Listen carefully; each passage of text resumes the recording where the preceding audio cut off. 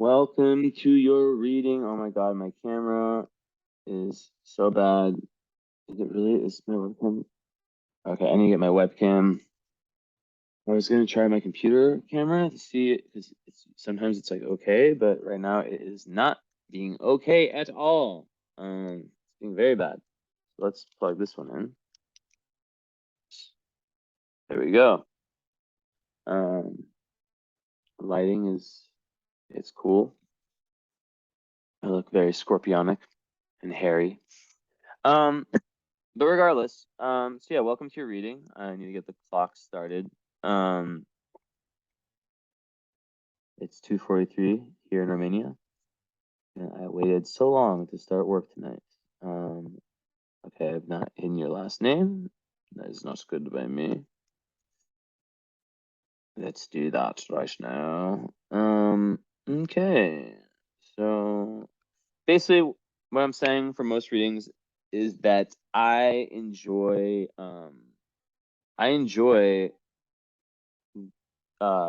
like when I do readings, like where are my crystals? They're over there. I'll get them in a sec. But basically, like, I used to do all my readings where I'm just like it's just my face the whole time. One second, I need to let my girlfriend in. But now when I'm doing them, I prefer to be a little bit like off. I like I'll like just go on present mode and just show the chart. One sec. Come on, first. Ci durere. Mucho. How bad? Well, hopefully it's not that bad tomorrow. No, fuck.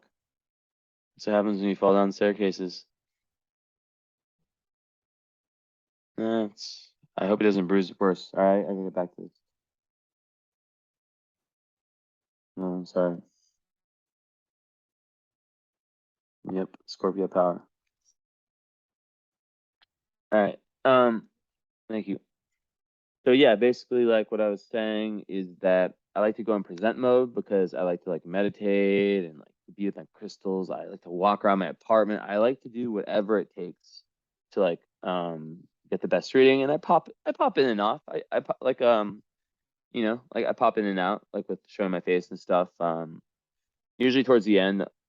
Like lately, that's kind of how I've been doing it because I've been doing a bunch of readings, and I've just found this to be like more effective. I kind of just go with the flow with how I'm feeling these days, or just I've always been that way. But yeah. So I'm just telling you, like, um, I'm sharing screen, but I'm probably like sometimes I'm like lying like on my beanbag, just like you know in meditation. Um, but it's all for the betterment of the reading, and I think I'm not sure if you got a follow up yet or not. I didn't check. Most people did. I'm assuming you did. If not, you can totally still get one if you're interested after.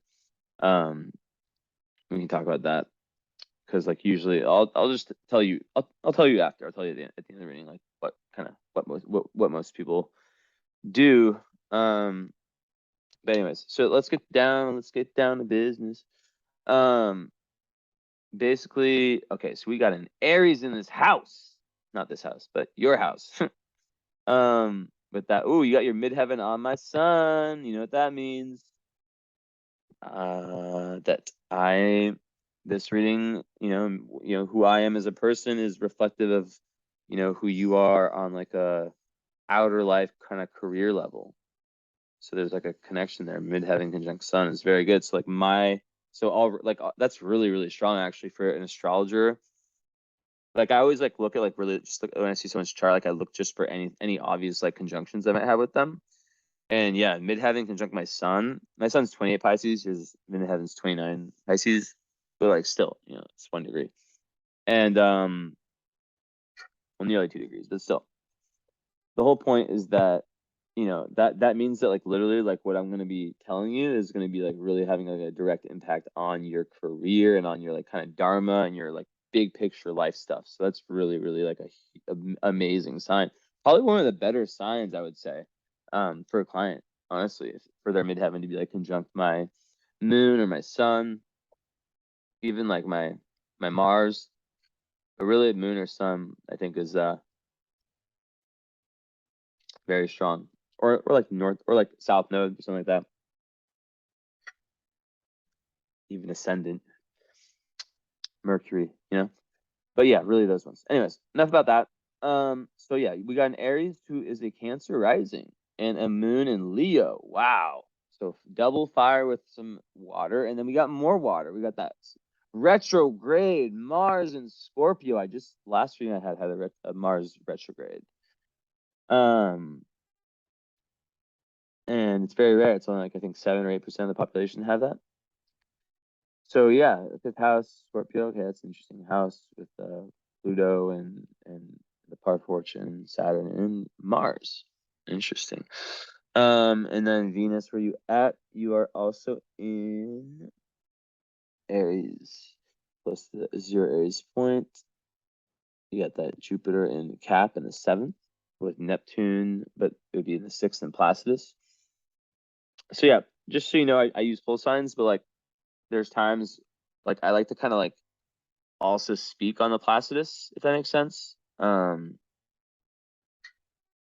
So like I'm a whole sign astrologer, but like I do believe like both have their merits. Like both kind of can say the same thing in different ways, if it makes sense. Like it's like a two highways that get you to the same place, or yeah. So that's how I look at things.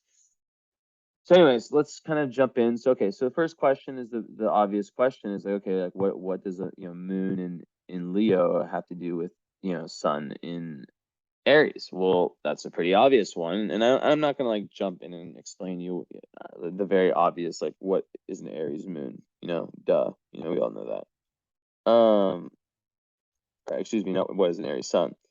I'll talk about parts of it, right? But yeah, but basically, one moment, just checking something really quickly.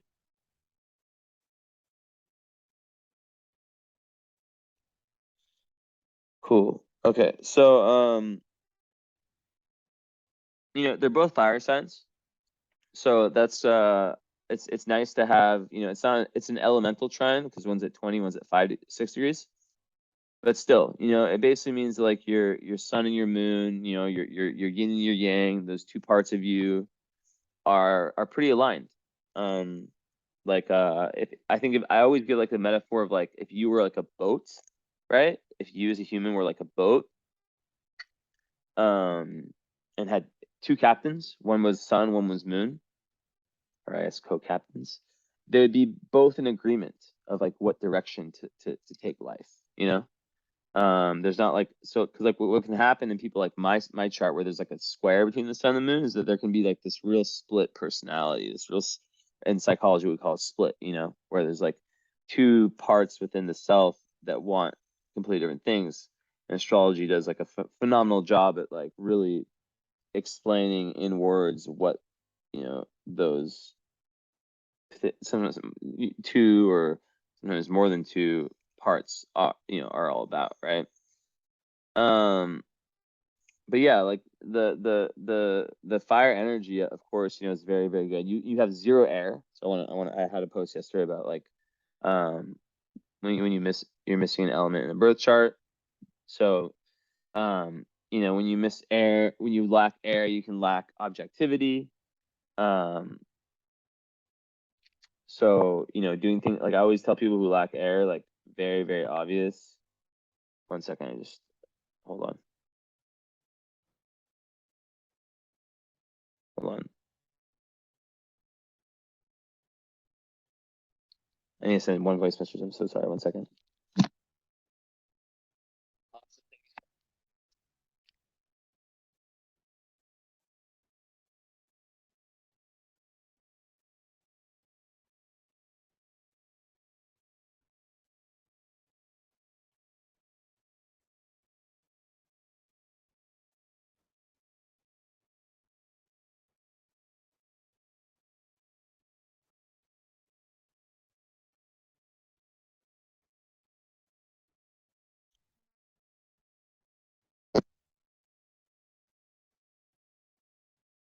Sorry, I just had someone get a reading, so I just had to like kind of tell them that. Uh, so we are good. So, anyways, yeah. So basically, um, you know, Sun in Aries, it's obviously very pioneering. It's in the 10th house, so it's like, everything career related will be very, very important. Lots of firepower, lots of like, yeah, I always like to think of Aries as like a very assertive sign. And it's the first sign, so it likes to do things first. It likes to it's very masculine energy, very passionate, doesn't hold back, very honest. Like Aries are like, it's like the brutal truth. Like there's like no filter. Like this is how it is, And you gotta love that about Aries. What just popped up? I'm moving my computer. Um, so yeah, you gotta love that about Aries people in general. Um, but yeah, going back to kind of like lack of air, then I'll speak about how like the Leo works with the Aries, and how the Cancer rising pops in, and then kind of go from there. But yeah, like lacking air. So I always tell people it sounds like such a like getting like just making sure that you're doing things like breath work is an amazing one, right? Like also like going hiking, like getting like making sure that you're getting like lots of like fresh air, like if you live like I think you're in the I mean you're born in Portsmouth, so I don't know if you still live in Portsmouth or if you're still in the UK. I'm guessing you are, but I mean, like, can I really guess? Is that really cool of me to guess? I don't know. Maybe you're in freaking Zimbabwe, or maybe you're in, you know, like Dubai. Maybe you're in Australia. Like, who knows? But the point is that just getting fresh air. Portsmouth's right by the sea, though, so some fresh gusts of wind. Yeah, breath work is really, really good for people who lack air. I want to pull up my post because I did say some stuff in there. I literally spoke about it yesterday. Um, so okay, so do you lack air in your chart? I wrote, well, that doesn't mean you're a dummy. Quite the contrary, actually. Well, you may think best on your feet, which is like kind of how fire sign people are. They really like they really go through kind of like trial and error in life, They try things like it's so what's so cool about fire. I love fire also. Is just like you don't overthink shit, Which your Mars is in retrograde, so you might overthink actions sometimes. We'll get into that later. That's a very big karmic thing. And where's your North Node, by the way? It's a 12th house gem. Interesting. So I keep getting. I think this is my third or fourth North Node in Gemini in a row. I'm not lying. I keep like of readings I've done. And this is something that I always get. I always get this, which is interesting because your North Node is conjunct Aldebaran and your South Node is conjunct Antares, which are two of the royal stars. But like I have never received like the answer. So I'll probably have to like look further into that. But like I have looked at it before, of whether fixed stars, if they're conjunct the nodes, like if there's anything there, because usually fixed stars only work with like planets in points, and the nodes are just like they're based on like the calculation of they're based on the apogee of the moon essentially, right? So they're not actual like planets or planetary points, so we call them astrology. But yeah, more on that later. So anyways, as I was saying, so it doesn't mean you're dummy. Quite the contrary. You may think best on your feet when you connect to your gut instincts, water. So you have both of those, right? Thinking best on your feet, fire when you connect to your gut instincts, water, or perhaps by finding a practical use for intelligence, which is earth. Which earth, let's see. Um, mm, yeah, I mean you have Mercury and Taurus, which is Mercury's like of the six inner planets. Where's Jupiter? Okay, I'll give you some Earth. I'll give you like with Mercury and Taurus, that's of the six. Sun, Moon is the big three plus Venus, Mars, Mercury. I'd say Mercury's the one where it's like the less impactful. But then Jupiter's kind of like a middle planet, having like Capricorn. I'll give you the Earth. I'll give you Earth. So yeah, or perhaps defining a practically sheer intelligence. Earth. You invite air people into your life to help you learn, Aries, Aquarius, Libra, and Gemini, how to work through your potential intellectual insecurity and to help you learn that none of us is a know-it-all, in quotes. When lacking air, it's hard to see yourself with any objectivity. You're apathetic, bored. You don't see a point to what you're doing. Breath work is an amazing activity for people who lack air. Breathing exercises or running, hiking. Yeah, running / hiking in the forest or doing anything outside it literally gets more oxygen in your lungs is great. Another great thing to do when you lack air is to write and journal where you keep a record of your thoughts. Tai Chi or Qigong, fuck you said, Qigong are two other good activities as they are two Floyd meditative martial art practices. So I'm happy that I got that in there.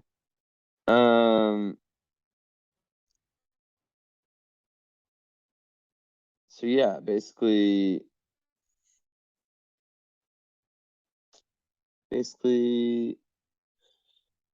lacking that, so we can kind of talk about that. And there might be some aspects that actually give you air, so we'll have to see, because I already see your moon is trining Uranus, so that will help with that in a sense. But yeah, okay. So Sun in Aries, obviously, you've read your horoscopes, you know about how it is. 10th house makes it like it's the house of Capricorn, and you have it at 20 degrees, which is the degree of Scorpio. So there's definitely gonna be like kind of like a little bit of a psychological, like probing depth to to who you are. Someone who probably midheavens in Pisces, so like career, you'll probably really like to go into like it's on scat, the midheaven, so I'll have to look into like what that means, the fixed star scat, which is not known to be the best fixed star, but we'll see about what it means in midheaven later. But yeah, like overall, Pisces midheaven, just in general, like they want to do something that's kind of helping people, usually like the either that or something like artistic or something that like kind of like through their career, they might have like very high spiritual aims, and the career / like dharma, like yeah. So that would be connected to the career, that would be done in a very fiery way. So the moon in Leo, interesting, and then sun in Cancer, which I think I've seen a chart like this, and actually a good friend of mine has a similar chart, and I saw how having that Cancer ascendant with all that fire just helps so much, because like the Leo moon in this Cancer sun, if your ascendant was like Sag, you would burn people. You'd have too much fire, but having the Cancer sun ascendant, it really chills you out.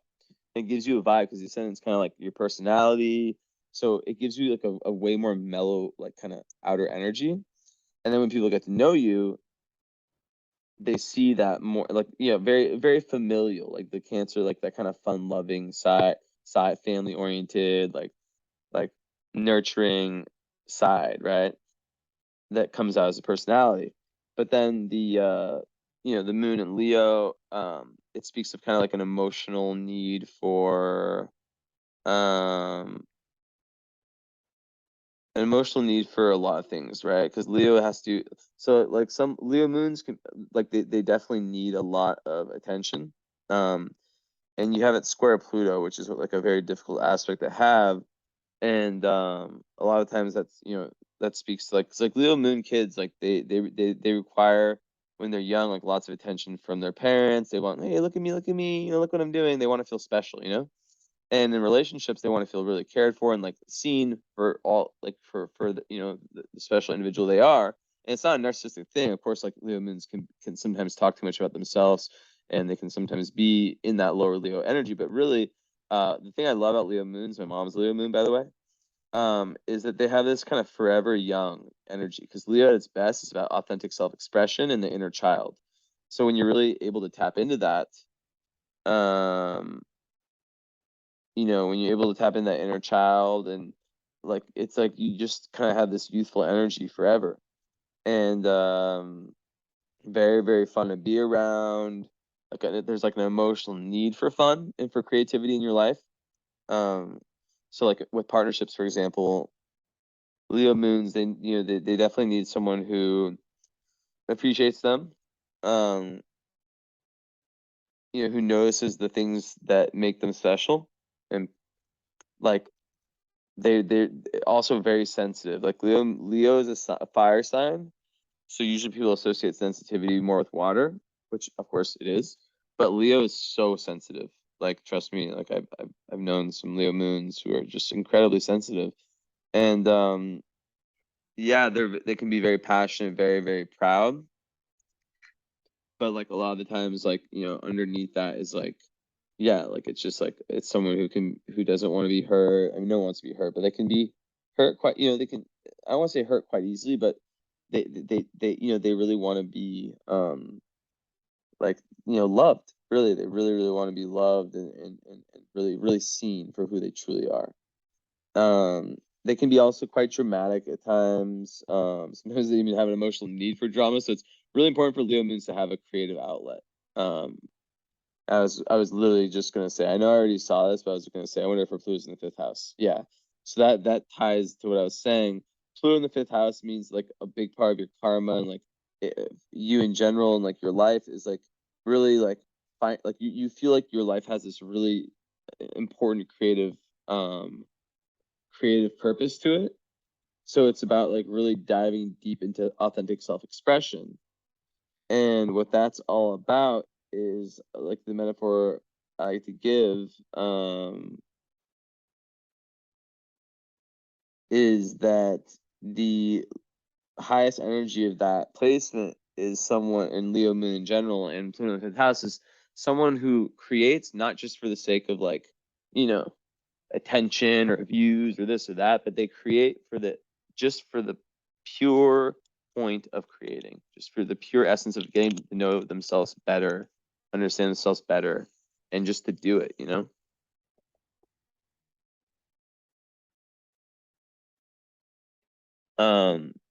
and that's like a lot of Leo people can kind of fall short on that because they think that they need that external validation. So that's like a big thing for Leos is to find that validation within themselves. So with the square with the moon, with Pluto and the moon, which is like literally the two I just talked about, it would typically speak about how a lot of times Pluto square moon, it creates like a very like up and down emotions. Like you can be so you definitely like probably when you're younger or whatever, maybe you're like a dramatic person. A lot of times there's lots of power struggles, like in relationships and just in any kind of relationships. But it starts with like a lot of times like the mother being like overly dominant or overly interfering. Um,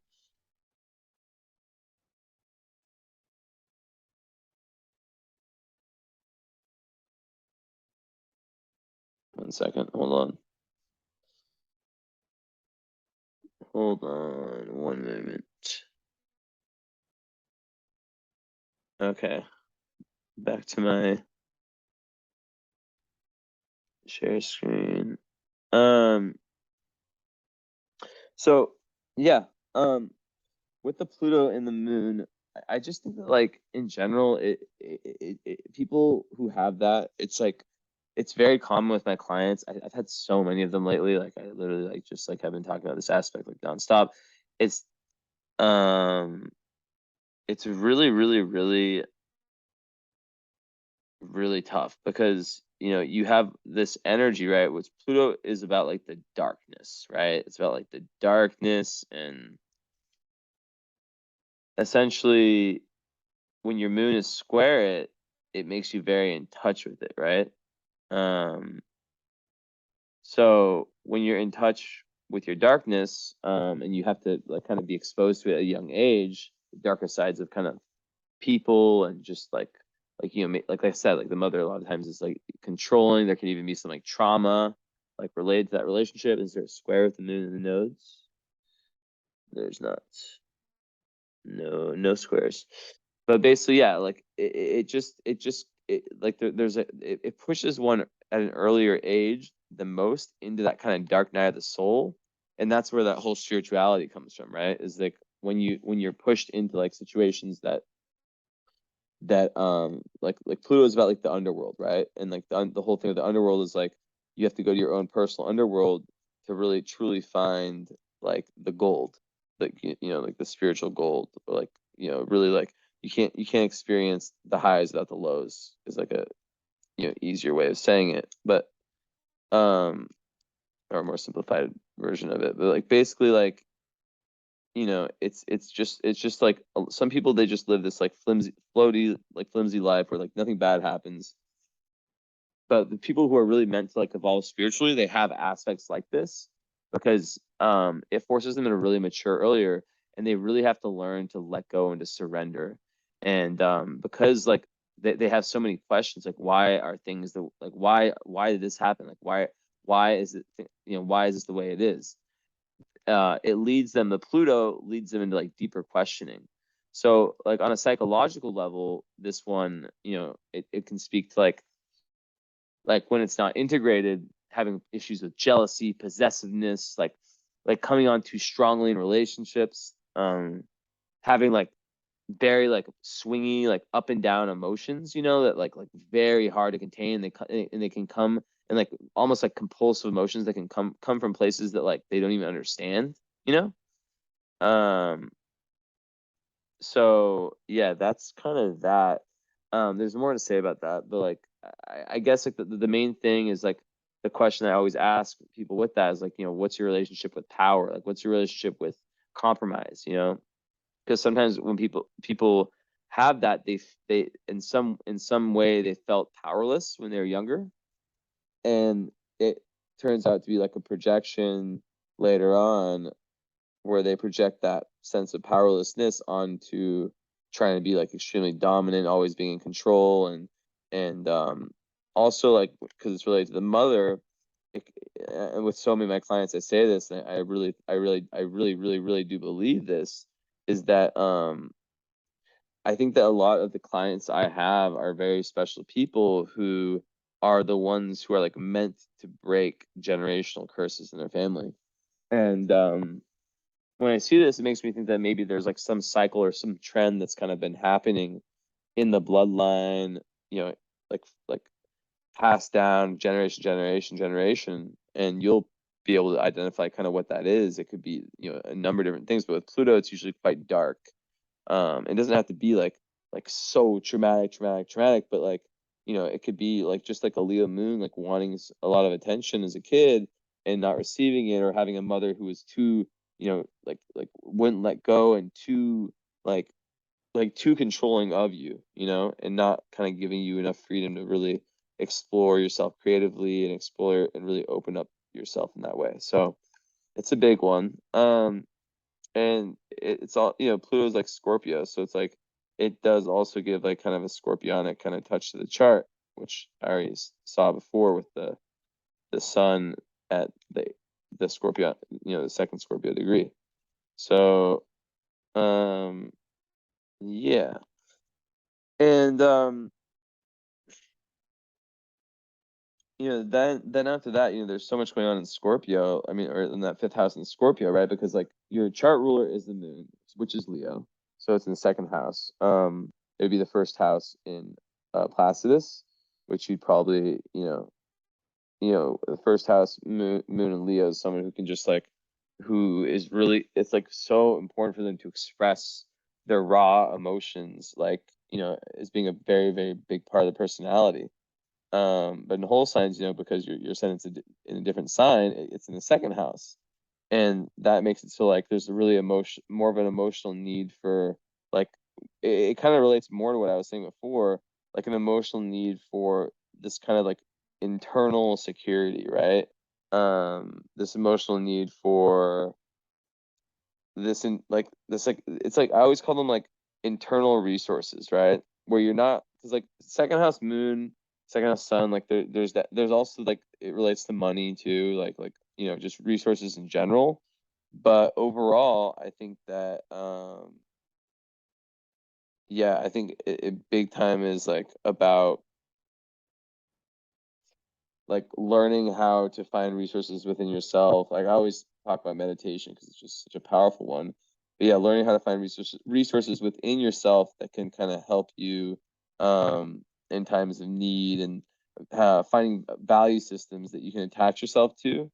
That's really important too. So like when you're making decisions through life, like you have this like really, really tight foundation of like this is what I believe in. This is like what I base my life decisions off of. So that's really big. So yeah, going back to the fifth, Mars, retrograde, so we have to kind of look at like the nodes to think about. Okay, so yeah, the South Node conjunct Uranus in the sixth house in which would be fifth house in Plastus and in Sag.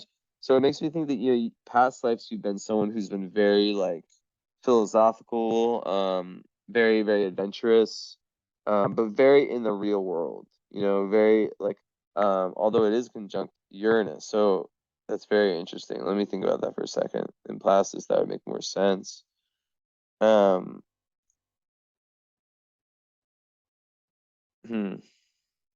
Interesting.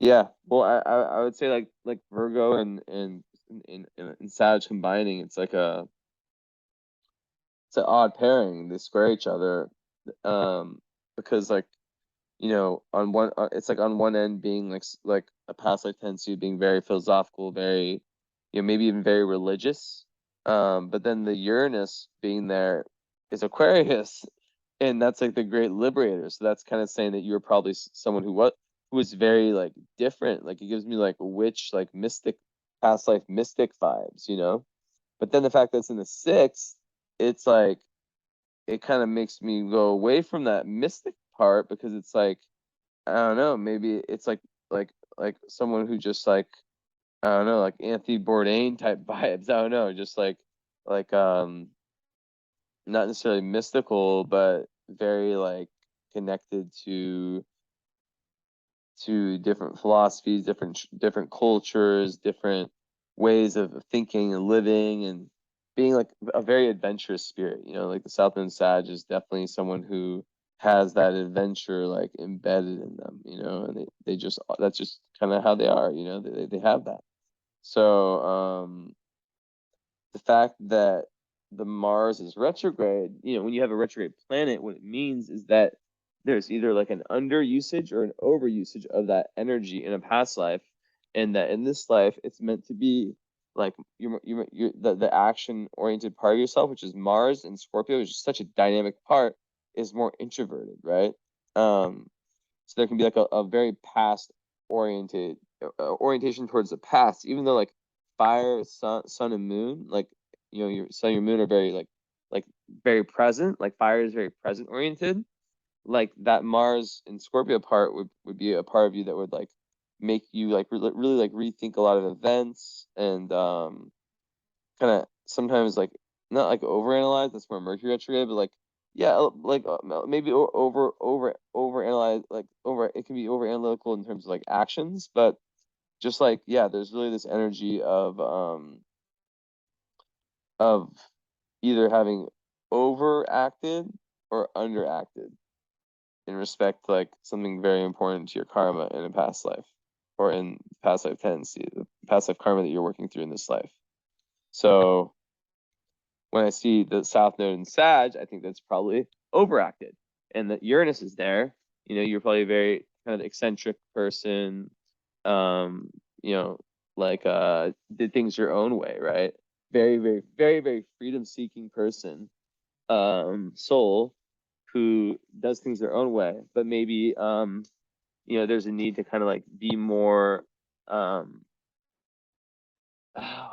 guess like be more thoughtful when it comes to I think there's maybe like a tendency to be a little bit like overly impulsive, especially when it comes to like philosophy and kind of like truth and how you find it. Because when you think about it, Mars and Scorpio is literally the like spiritual warrior. It's like the person who is just like their their energy is directed towards going deep within themselves and doing this shadow work. So it connects exactly to that Pluto square I was talking about.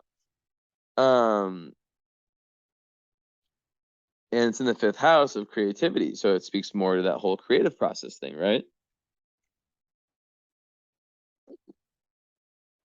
This is like like so far like the perfect chart of someone who, and it can be even through kids, like through like creativity can take so many different forms, right? 5th house rules kids too, but through like their creative journey, right? And creative journey, like I don't mean you have to write poems or anything, like just like opening up yourself to fun, like literally having fun is part of that. 5th house is also fun, it's also romance, but like learning a lot through that. And I think like the Mars retrograde, it's more like early in life, or like like it's kind of like, I think like around the Saturn return it kind of changes a little bit. But yeah, like the whole point is that Mars in Scorpio is a very dynamic. It's in dignity, meaning it's like Mars likes to be in Aries and in Scorpio. Um, Although Scorpio, I would say it's ruled by Pluto, modern astrology, but it's like Mars is Aries, but also Scorpio. So it's very strong placement. It makes one like just like people who have Mars and Scorpio, especially like retrograde, like you have like a built-in like lie detector. Like you can just sniff bullshit away from 10 miles away. Like right away, you can just read someone, and it probably serves you so much in your career and your life in general. Um, because you're able to just like know just by kind of like the more you're in touch with your intuition, like the more you can just like know things, right? And um just the most important part is like when you learn to trust that, right? When you learn to trust um that voice. Um but Aries sun, and then yeah, also moon is square Mercury also. So that would speaking of that voice, right?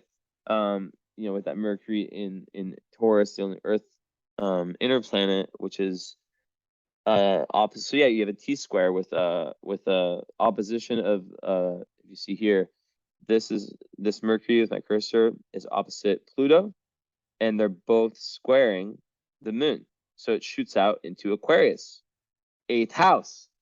Oh man, I love astrology. So you see, 8th house, if you don't know, is the house of Scorpio. So you see, you have everything is pointing towards Scorpio for you, like every Pluto / Scorpio. So what is the 8th house all about, right?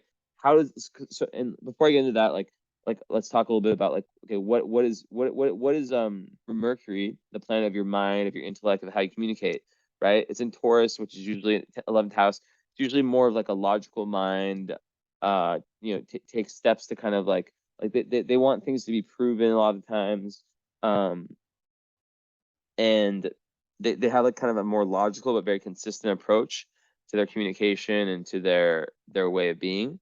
They can be a bit stubborn when opposed when it comes to anything related to like their thoughts and communications, which I think relates to your South Node in Sag, because like you might have like these philosophies of life that you're so sure of, but like your North Node, which is like North Node right here, this is like the point of your chart that is like that's like the destiny point, like where you're really really really meant to go, right? Like the mountain never climbed in past lives. So it's really asking you to be more open-minded in terms of like just hearing it and it speaks. It's tough for you because you lack air.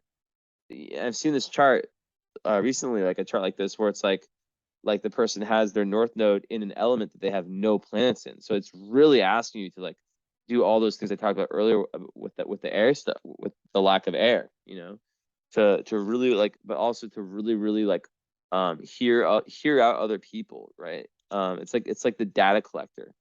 Um,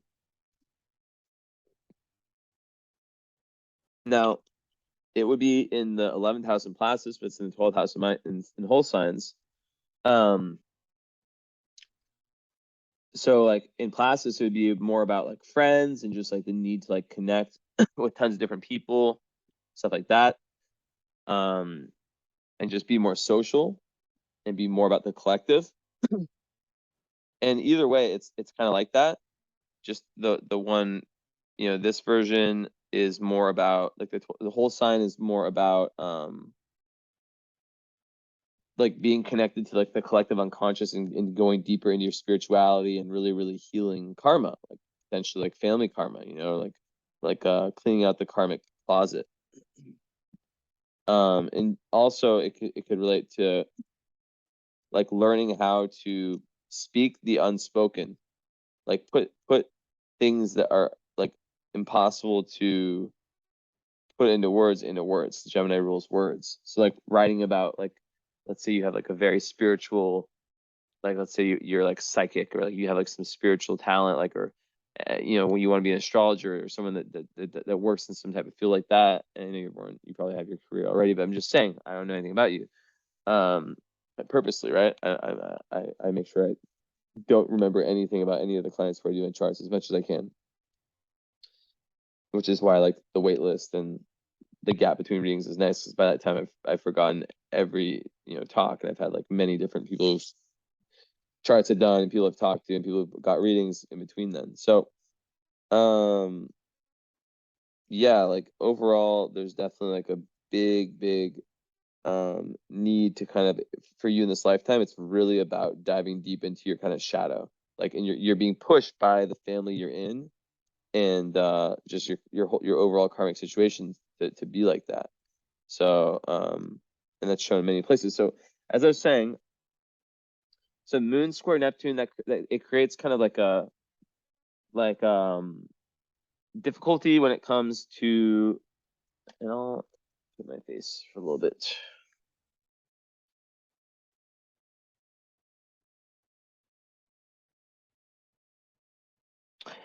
It's on my lap right now. It doesn't look very good. Really need to shave. So what was I saying? Yeah, so I'm explaining this T square, right? So Moon, you know, your emotions, square, you know, your Mercury, your intellect and your communication. It's really about like this tension between like your thoughts and how you communicate and how you feel, right? um and it can make one very indecisive, right? Like spending too much time weighing the pros and the cons, because like the feelings and thoughts are at odds with each other, right? So it's all about learning how to like compromise, um and developing that inner knowledge, right, which comes from this whole eighth house like Plutonian death, rebirth, transformation process that you probably are very, very aware of. Like the snake shedding the skin. That's the name of this chart reading, if I can remember that. I should write that down. I always forget the titles.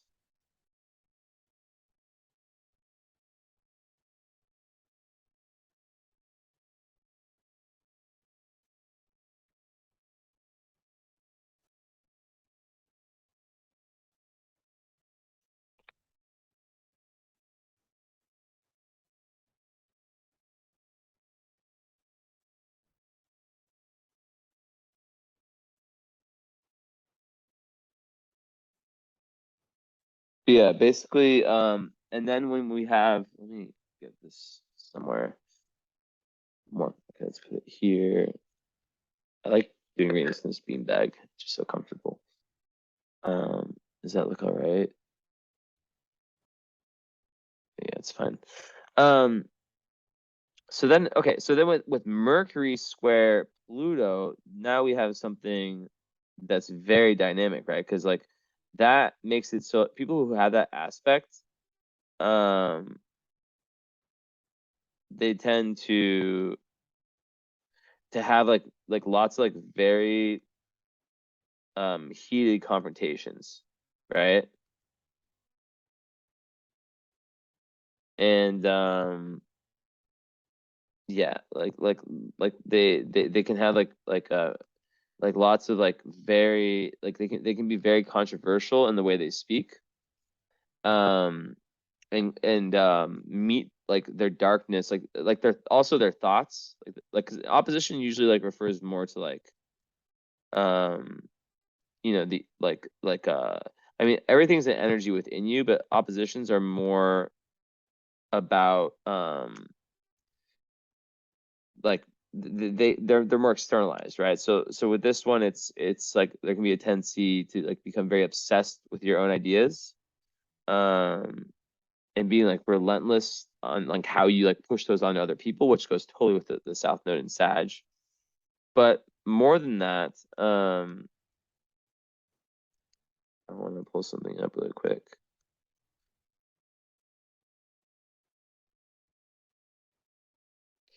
Yeah, it's like really like an internal struggle, like with thoughts and concepts and just like how to like there's this real intensity, um, you know, of your like you have this real intensity like with the moon square also, um, and people see you as a very deep and complex person, but sometimes there's this unwillingness to like take other people's ideas and what opinions at face value. So like and it gives one a very inquiring, like deep probing mind that wants to go like so deep into anything, right? Anything they're interested in, they're able to just go full deep in. Um but yeah, what can happen is like there can be like this obsession with being right and not liking to be wrong, and that can bring like with this real mental intensity can lead to like relationship issues and arguments. um like it can make someone who's like very serious about what they're interested in, and not everyone's that serious about that. So um like also like people like you are just like probably allergic to small talk. And your North Node is in Gemini, so it's like it's asking you to, like, not that like have more small talk, but to like engage in more like kind of like civilian kind of types of communications, and being more of a kind of like someone who's more social, I guess, more social. Yeah,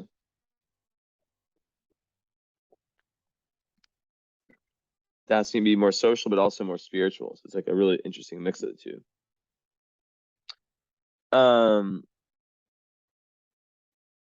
so yeah, some people like can feel like they can like feel ostracized or persecuted for their own beliefs and for the way they come off and they talk. Um, and they can come face to face with very, very strong personalities that kind of like just like fucking like just crazy debates, right? Strong opinions and all that stuff, like arguments, conflicts. So it's all about, yeah, everything in your chart so far is coming down to self-awareness of your, like in this case, of your communication style. The other case of like your kind of relation to emotions, to mother, to just to to really understand your depths and how your emotional kind of self functions, right? And yeah, the good thing is this is a good indicator of intelligence. So you definitely have the intelligence to come to these realizations, to have that self awareness, and to work on that communication style.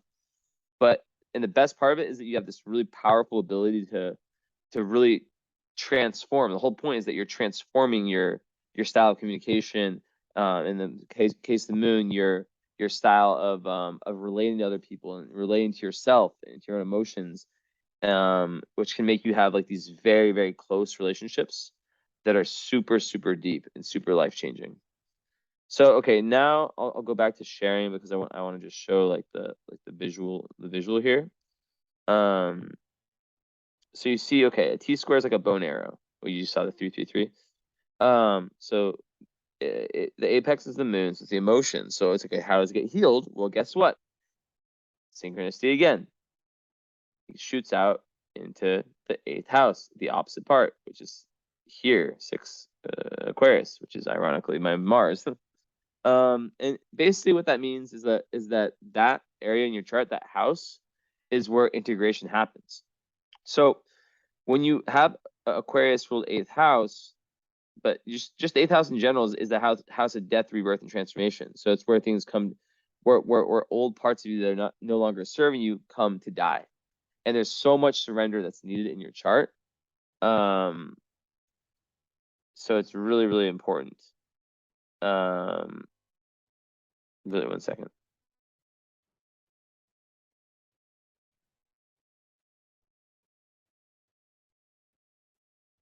I'm adding to your name, your title.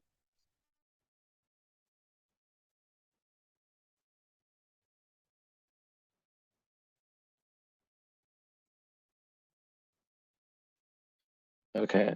I don't know why I'm going so hard on this title. Anyways, so yeah, basically, like, it's like it's like a mix of like learning to be like to really go through that, but also have a level of like of doing it in your own way, right? Of like finding your own like what works for other people, like spiritually and healing wise. Like you're gonna have a very unique approach to it. So you'll probably have a very unique approach. Like, let's say you were like interested in maybe you are an astrologer. I literally don't know. But let's say you're doing astrology or you're doing something similar, right? Or let's say psychology, right? Because Mars and Scorpio, come on, like it's made for psychology. um you would have like a very you'd want to have like a very, at least for your own shadow work, like you wouldn't just want to like follow some fucking course about it. Like you'd have you'd want to have your very own, very unique, like tailored to you. And this goes for a lot of parts of you because you have Uranus conjunct the South Node. So like Uranus, like the great liberator, it comes naturally to you. It's part of who you are. So like really like implementing that into your healing, and that kind of that ability to just like, yeah, just really, and that, so when I say you lack air, it's interesting that you have South Node. So this is very interesting, right? um a lot of times, like when you like karmically, when you lack an element, it means it's because you've kind of mastered that element in the past life. But like, and that makes sense because Uranus is it's ruled by Aquarius, right, which is air, and it's conjunct your South Node, like the been there, done that, who you were in a past life. So it's like there definitely is some kind of the air might not be that difficult for you to access, because South Node is kind of like what we fall back on, if that makes sense. Like it's like kind of like our, like a lot of people in my, I believe in this world, you know how a lot of people just aren't really growing, like they're kind of just stagnant, they stay the same, whatever, they don't really grow. Those are people who are staying in their South Node. So it's not necessarily bad, it's just what comes easy. And people who want to grow, they have to go into like these things like you have, like this death, rebirth, transformation. So your soul was asking you, or your soul came in this lifetime saying, I want to have this family, I want to have these karmic circumstances because I want to go through this pain because that's what's going to make me grow. Because you can't grow without pain. You can have someone who has a chart, who's all, grown in a perfect rich family, and like there's all trines and sextiles and everything's like just so perfect. But it's like, do they really grow as a soul? Can you grow without pain? Can you grow with just having a lofty, perfect fucking life? So when I started to like think about that, I started to see all the shit I've gone through. I don't know if you've read my book or heard about my book, but I have a book called Pisces with Nine Lives. My life's been fucking insane. And it's not just about my life, it's about like a lot. It's like literally like the first two chapters are about my life, and then after that, it's like every chapter is its own book. It's the things that I think are the most important, and it's not about astrology. There's one chapter about astrology at the end. Um, but yeah, overall, like, it's just super important to understand that all the things you've been through, there's karma there, and there's a reason for it, and yeah, like at some point you can even have gratitude for some of the most difficult experiences, which can sound crazy when you're going through them, but like in the long term, it plays out in a way where you're like, okay, I get how that happened, and that how that, even though I hated it, how that needed to happen, for me to become who I ultimately became or I'm becoming. So yeah,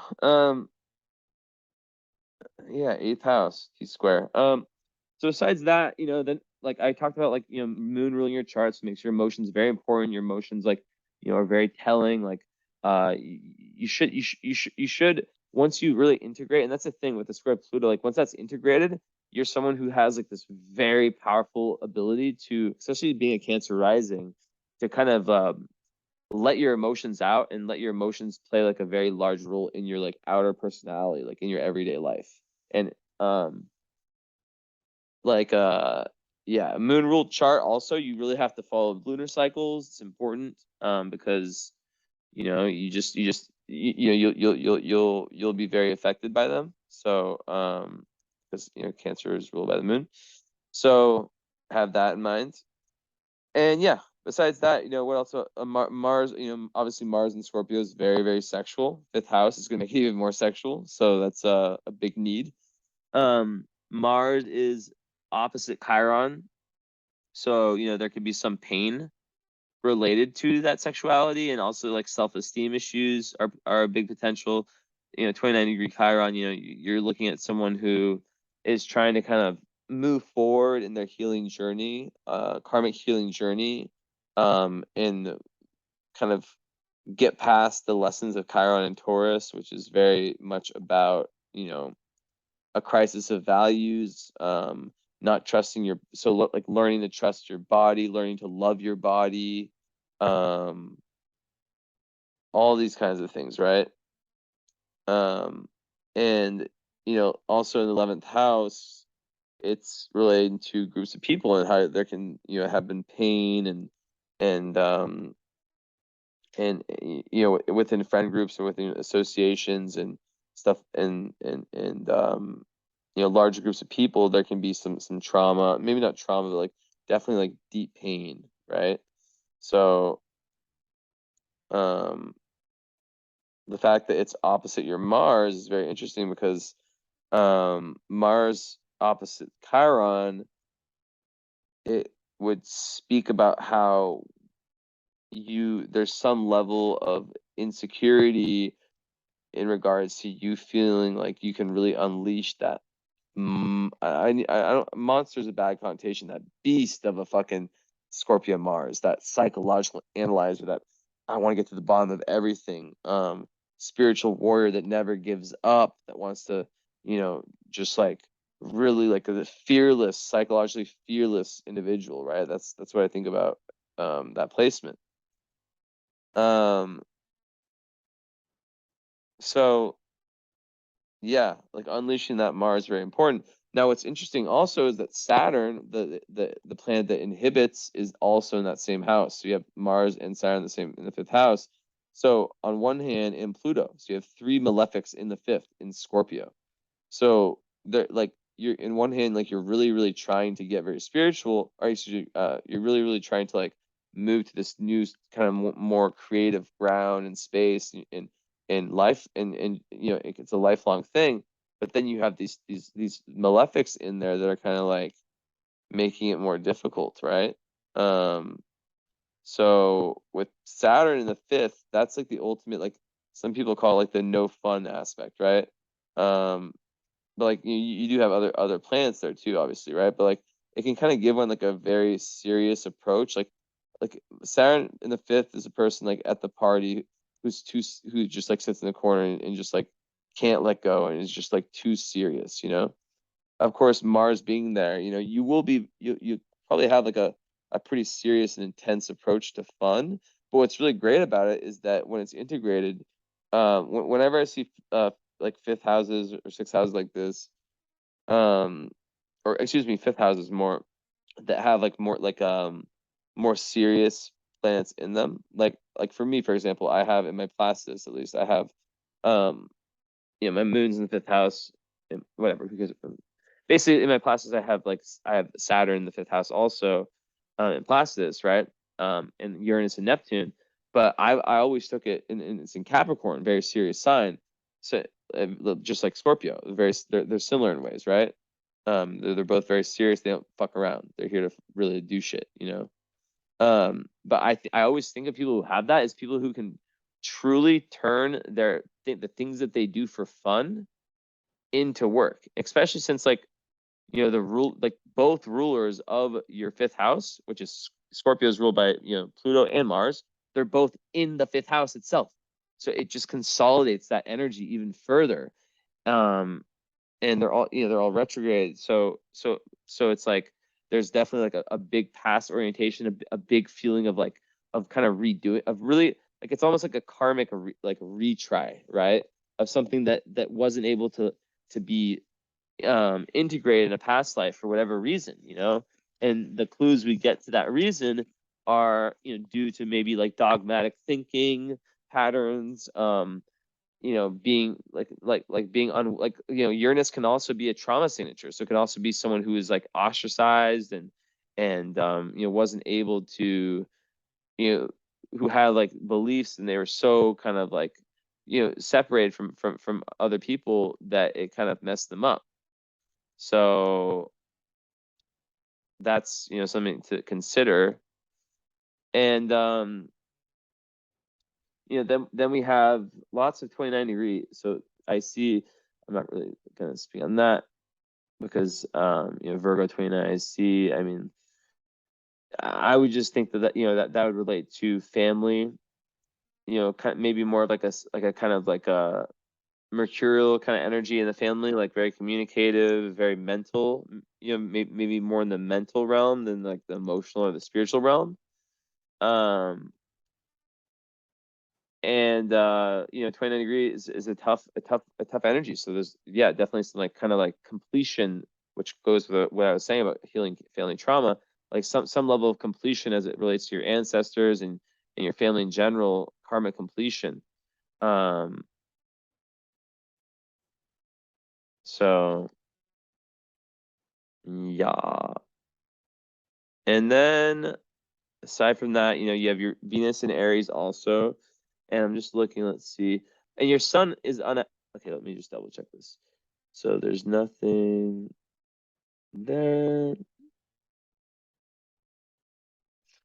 Okay. It says it's unaspected, but it's not. It's square Saturn, or excuse me, square Jupiter, 8 degree counts. And what that means, it's a loose square, but basically, like I have this too. It's basically like you have to watch out for being too over the top. Like I just give one metaphor that just fits this energy perfectly. It's like the person who walks into the casino and thinks that they're automatically going to win each time. That's like kind of that energy, right? So it's just about like really understanding that like and it's very good for leadership, like, right? Like I call it Superman syndrome. Like I have this, right? So it's like for me, like I think I can do anything. Like I think anything is possible for myself, which is a great thing to have. It can create and it can like I was telling my friend Haley this, like she's the at my Moon Girl readings. You should follow her if you don't. We're doing lots a live this Saturday if you're interested. We're gonna do one live every 2 weeks. Um, but yeah, I was telling her about yeah, my mind just went to another planet. This is what happens when you're Pisces. Like you're thinking about something and then your mind just goes somewhere else and then you just like go to somewhere else and you're just like, fuck. Thank God I have my Saturn on my where it is. Where was I? Jupiter. Okay, yeah. So it's basically like it's like Superman syndrome. It's like taking on so many things and then just being like like for me, like I'm taking on so much, like I can do anything, like anything is possible, which obviously, like I said, is great for success and for being a leader, but it's about understanding your limitations on a physical level, and knowing that like like you like if you take on too much you're just going to burn out. So that's very, very important to know about. um yeah, but besides that, okay.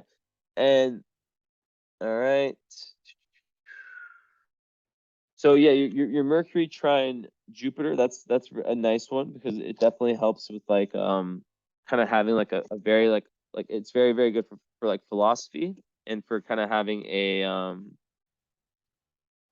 I guess you could say like a very like zoomed out perspective of reality is kind of what I would say. Um like a very active mind with a broad outlook, good for judgment.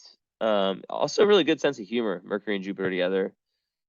Um but like sometimes there can be like disgust for detail, and it can make someone a little bit like lack detail and precision in their work. which the Scorpio Mars hopefully takes care of. But yeah, it's potential. Um, yeah, Venus and Aries like in love. So let's talk about love. So yeah, Venus and Aries, they tend to like be the go-getters in love. Like they will, even like regardless of what gender they are, or whatever, they will kind of seek out like if they're interested in someone, like usually like especially like being like an Aries sun and having a Leo moon, like they're not going to be shy to go and tell the person they like, hey, I like you,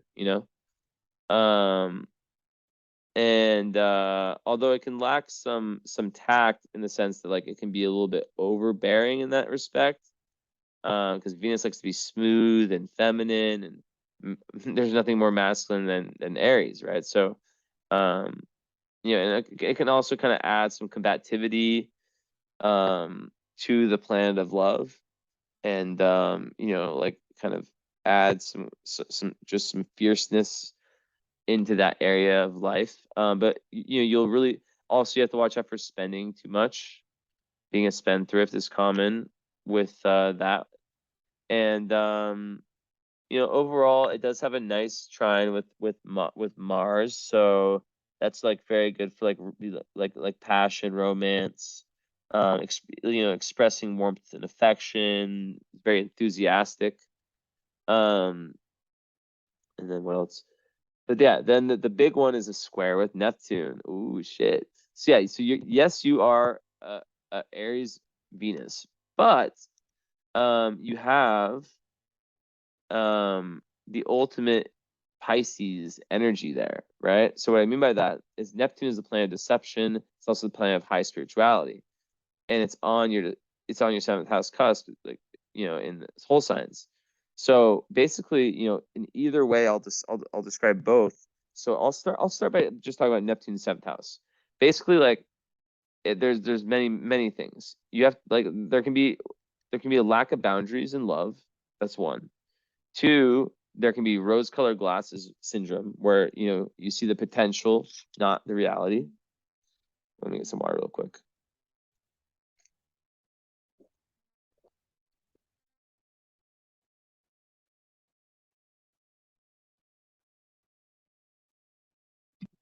So yeah, like seeing the potential in someone, not the reality, lacking boundaries. Um, and with Venus, Venus actually is about self-love. So when you have Neptune, which is like a planet that can fog a lot, you have to watch out for escapist tendencies.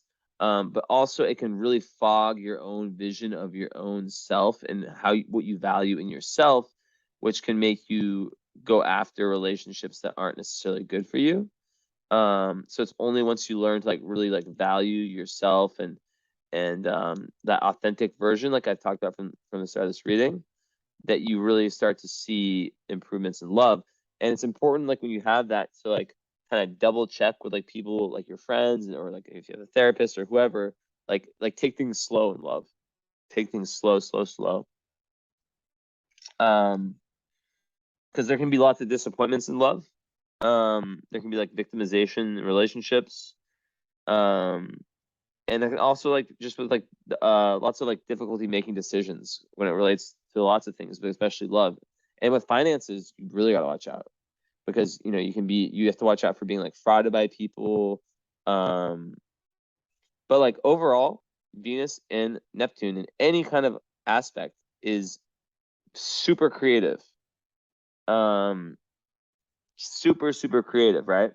Because what happens, and I spy with my little eye a grand trine.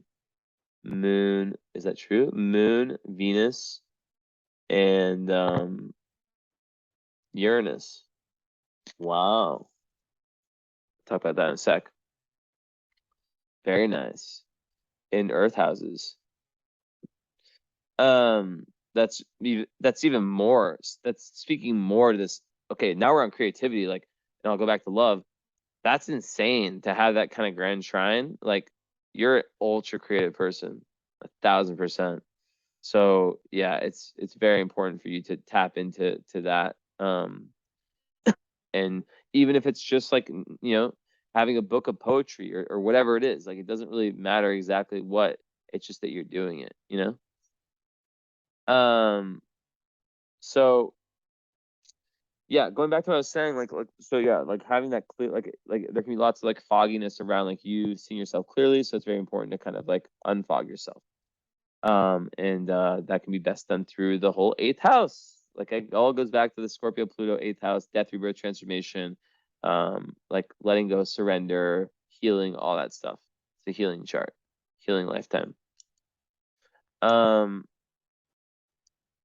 so with that grand trine, Uranus, Moon, and Venus. I mean, oh, no, I was saying that like when you have like when it's integrated, Venus and Neptune, Venus is like the part of you that like say you're a painter. It's a part. It's Venus is the painter part, right? It's the one who paints. Um, it's a part of you that actually puts pen to pad or brush to pad or to whatever to canvas. Then the other part, Neptune, is the imagination. It's inspiration. So to have those in a square, yeah, there's difficulty, but it can create heightened creativity and just like being able to connect those two when it's integrated. And having the grand trine with Moon and Leo, which wants to express itself, and then trining the Venus in Aries, which also wants to express itself, right? And then trining your Uranus, which is about like self-expression and also your South Node. It means that you have like this karmic talent to be an artist. So I think you're like I see like past like art, like some kind of like very eccentric type of creativity that you have naturally, and that's fucking awesome.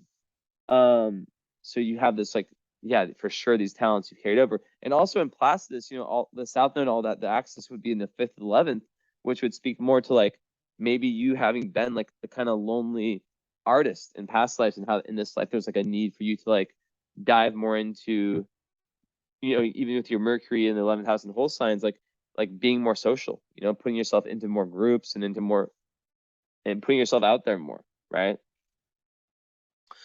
So let's see. Jupiter in Capricorn in the 7th, love it. So it would be in this. So in Placidus would be in the 6th. So I'm just real quick. Placidus 6th house Jupiter in Capricorn is like very good for money, very good for organization. Um, it's just like a really really go getter kind of energy. Either way in Capricorn, it's a very go getter energy, and it's very good for money, and it just makes one like a very like innately responsible and honorable person. That wants to kind of like succeed, and yeah, it's a good one. And it's interesting to look at your 6th house and whole signs, because you have Uranus there, and Uranus in the 6th house is like I have that, and it literally it's like it's 4 a.m. and I'm like in the middle of my work tonight. I'll probably do another one right after this. I might not actually. I'm kind of tired. I might just do one tonight.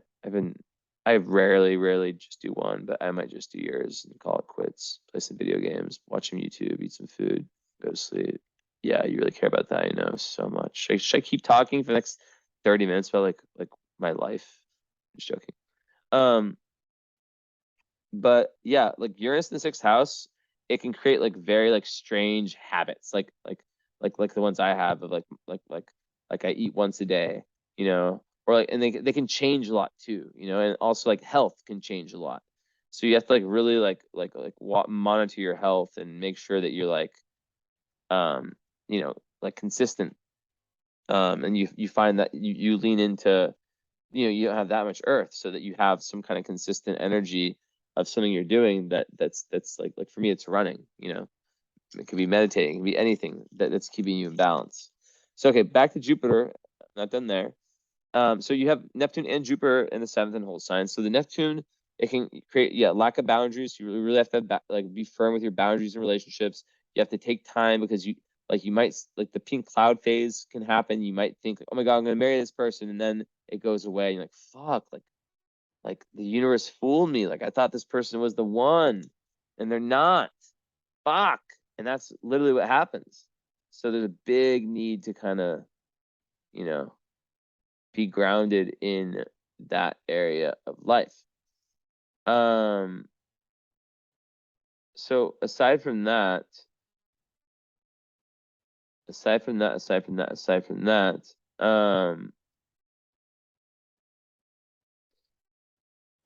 Jupiter there is definitely about having lots of luck in relationships. Seventh house Jupiter gives one luck with who they meet with partners in the seventh house. And where they can learn a lot through their partnerships. So it's very nice. And yeah. So curious if we, like I said, I didn't see if we had a follow up or not. And I'll just tell you right now. I think I'll probably just go into this mode for a little bit. Face mode, Jesse face mode. Hello, hi. So yeah, basically like what I normally do is this. People usually book the reading with the follow-up. I always give people the option, like if they just book the reading, because some people they want to see how I do my thing. The follow-up is very important because it's like we speak about everything. Like you take notes and then we talk and we kind of like share your lived experience and how it compares to what I said. Does that make sense? I fucking need to shave so bad, fuck. Like a terrorist. Al Qaeda. So yeah, but what a lot of people do also, nearly everyone lately has been not just doing the follow-up, but doing the follow-up and the current astrology together. And the current astrology is basically just like this chart you get done once. The chart I'm doing right now, the natal chart. You get done once. I mean, you can get done by different astrologers, whatever. It's the book of your life. The current astrology is like the astrological weather, like how things are always changing, right? So it's very important to kind of understand that, because like let's say you had like your sun at like, I don't know, 1 Scorpio, right? Well, in March, guess what's going to be no, I meant to say one Leo. Guess what's going to be opposing your sun? Fucking Pluto.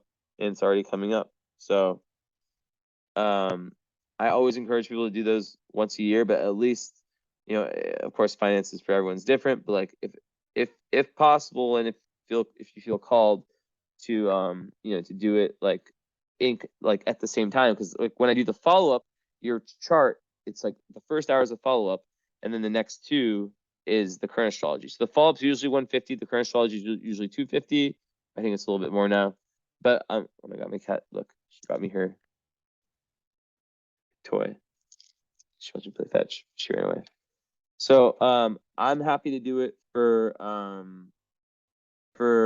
200. Let me think. 210 for the follow for the current, which like I said, it's like usually that's around 2 hours, and a total of 310 for, so like instead of 400, and it's probably 420 now for the 2, 310. So let me know if that works for you, or if you're interested. No pressure.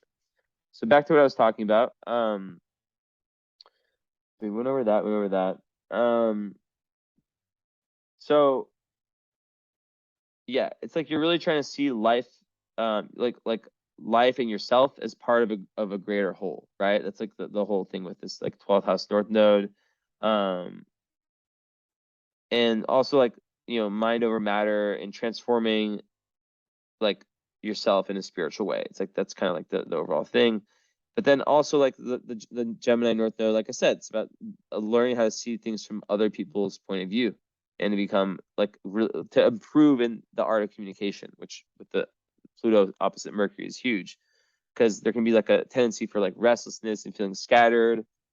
So yeah, it's about like learning to like communicate better, and yeah, and helping people also, like being of service is 12th house. North Node being of service is 12th house is very karmic.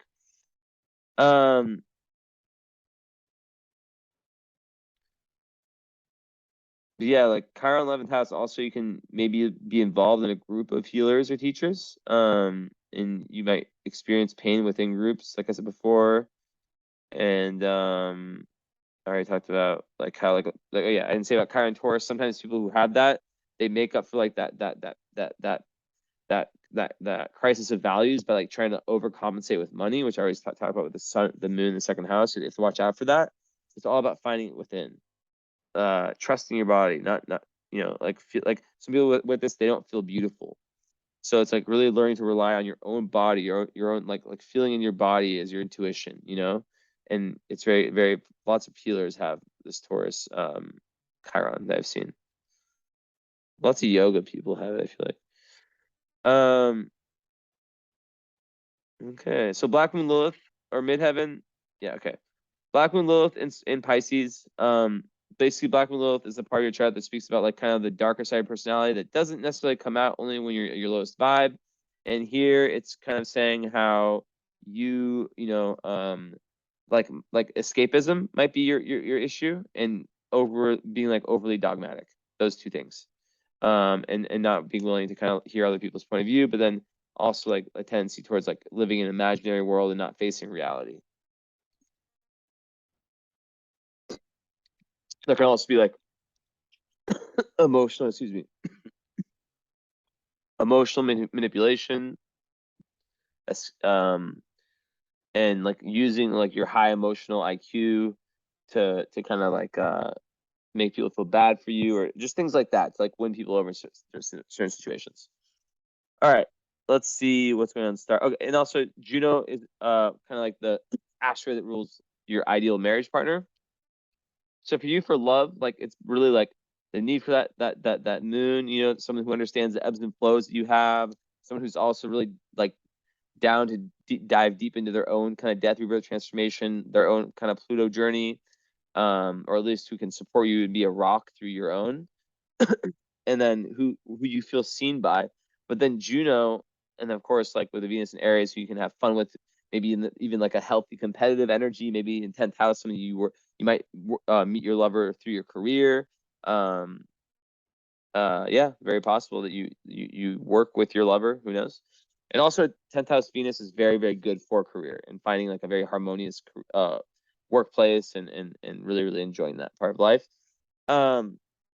Juno in the 11th or in the 12th in Gemini is basically conjunct North Node. It's like your partner will be very karmic and very based on helping you develop spiritually, but like also like you'll be interested in someone who has that thing you lack, which is the air, as we get off my book, right? Like so you'll be interested in someone who's spiritual, but who also like is able to really like communicate, and maybe because you lack air, you might seek out someone as a partner, a long-term partner who has Aquarius, Gemini, a Libra, that like I'm not saying any signs, who like or maybe just like is very mercurial person, Virgo's mercurial too, who can help you with that. So yeah, all right, let's pull up the stars. Star time. My voice just cracked so bad. I was like losing my voice last night, so I'm definitely gonna probably stick to one reading tonight, but we shall see how I feel in like 20 minutes. Definitely gonna take a break. Okay, let me bust something open. Where is that? Document. Okay, first let's see scat, because that's the one I recognize right away. 29. Okay. So scat on the midheaven. What does it mean? It just says changeable in business. I was expecting very bad. I guess scat's really it's very like it can be very bad for like the ascendant, but I guess on the midheaven it's not so bad. Um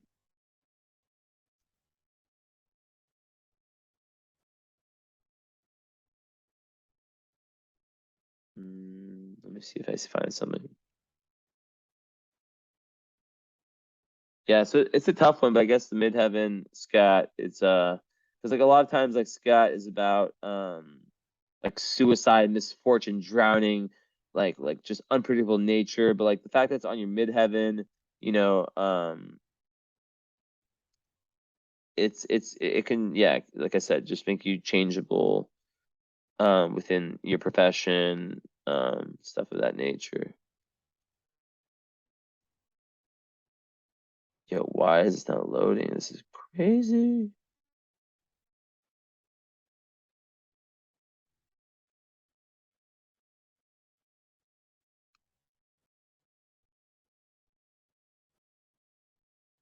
That's weird. Is my internet not working? Okay. Okay. Anyways, so Sun at 20. It's unfortunate because it's not letting me load this site. I started using it yesterday. Not like a site. It's like a kind of like a blog, and it's not showing me. But whatever. So 20 Aries, is that where what's its face is called? Bain Katos? No. So nothing there. Also I didn't even talk about your vertex. Your vertex is in, conjunct your south node. It's in Sagittarius, so it's in sixth house. So it's like your doorway to higher awareness is through higher knowledge. Like finding higher truth in your life, but also through being of service and taking care of your body, taking care of yourself, taking care and being of service to humanity, kind of going with your north node. Now I need to do this search that I talked about earlier.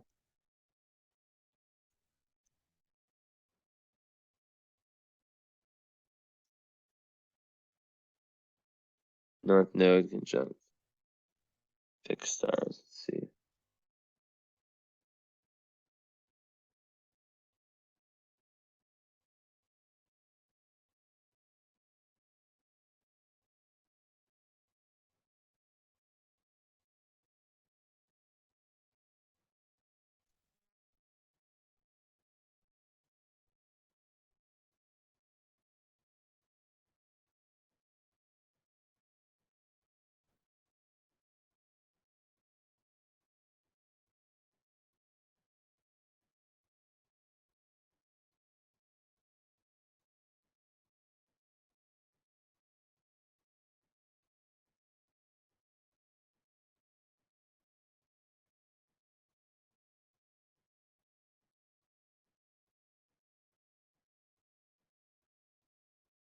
Okay, where is it at?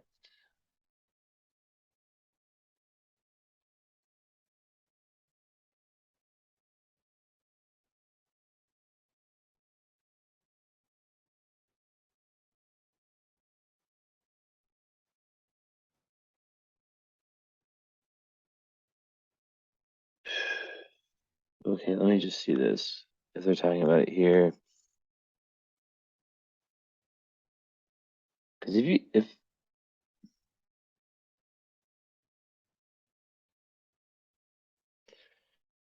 fuck, I wish I could ask someone this.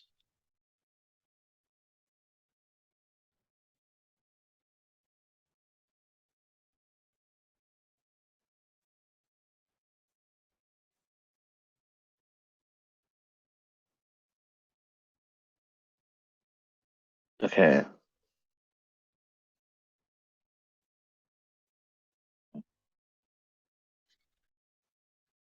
So this is the thing that's fucking crazy, right?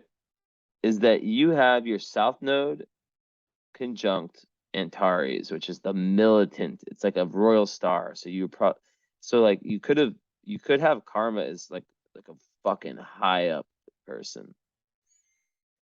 And then your north node is conjunct Aldebaran, which is like another one of the four royal stars, which is about wealth, right? It's about like just like abundance and luck and wealth and it's such a great star. They're both such great stars. And Taurus is a little bit more intense. So I think you probably like that actually makes sense with your Mars retrograde because maybe you were just very just like militant. Like if you want to know what Antares is, look at Andrew Tate. He has Sun and Moon conjunct Antares, and that's why he's so famous. So there's definitely fame potential when you have fixed stars, but it's usually more with like the center midheaven. Um. Okay.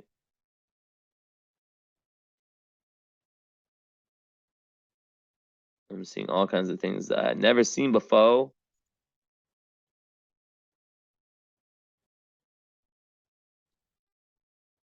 So you have Nessus on your moon. I think that like Nessus is difficult because it can make one like very it can make one kind of like torture themselves a little bit. I don't know.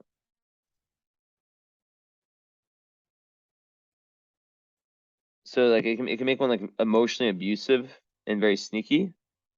This is kind of a difficult one, right? So it's like they can hurt people's feelings in a very sneaky way.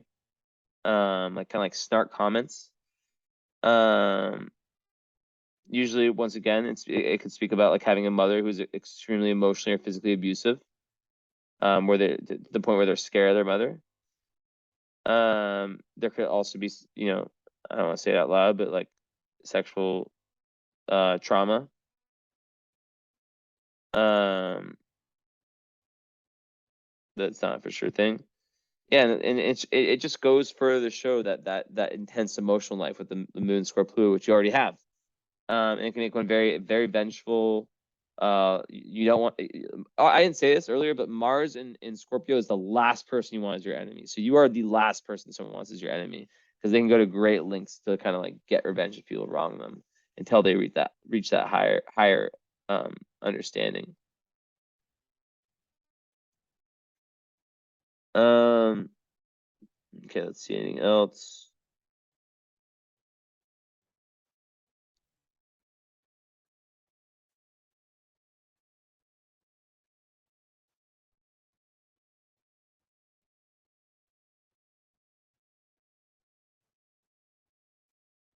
$15.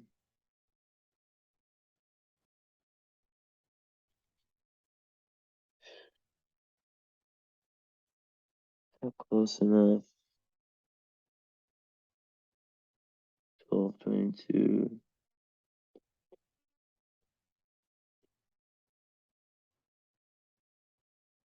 No, it's not. MC. Okay. Here's one. And the ascendant, was there anything at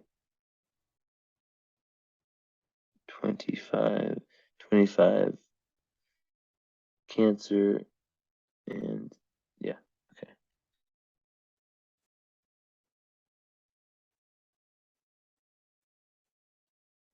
Yeah, Procyon. Um, okay. So you have Hamal. And Hamal is conjunction Mercury. It's really hard to find like really like good explanations of all these, but so like with Hamal on Mercury, it can create like really good determination. It's very good for the mind. Many friends, tactful, greatly influenced by a marriage partner. That's just what it says. And it says dull mind. Um, and then with Procreon, there's so many stars. I'm only giving ones that I deem as like I've deemed to be like important enough to really speak of. In this case, it's 25. Yeah, okay. So Procreon, it says, okay, aspect, so this is the last thing I'll talk about. So ascendant conjunct Procreon, artful, crafty, dissembling, wealth. See, this is the thing about these fucking definitions that they're so old. These are from like centuries ago. So like you have to really take like the ones that, like I almost don't want to like talk about like the ones that are like I almost want to let me read the sentence and then put it into like my own words. How about that?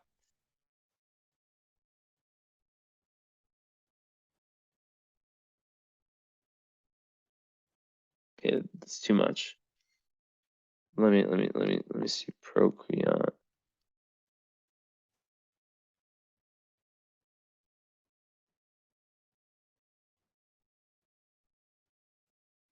So yeah, here it says a very fortunate star.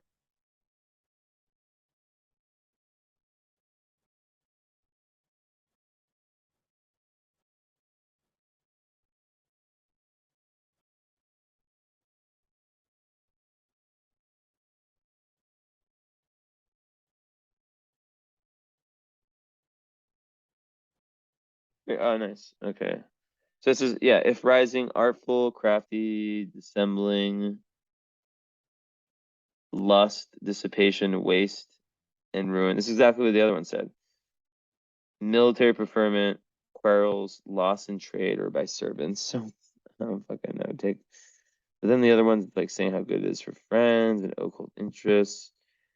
So yeah, I think the artful part, crafty, and kind of just like being a little bit rocking the boatish, is how I would take the Procyon. Yeah. Anyways, that is everything. How long did I go? Probably way too long.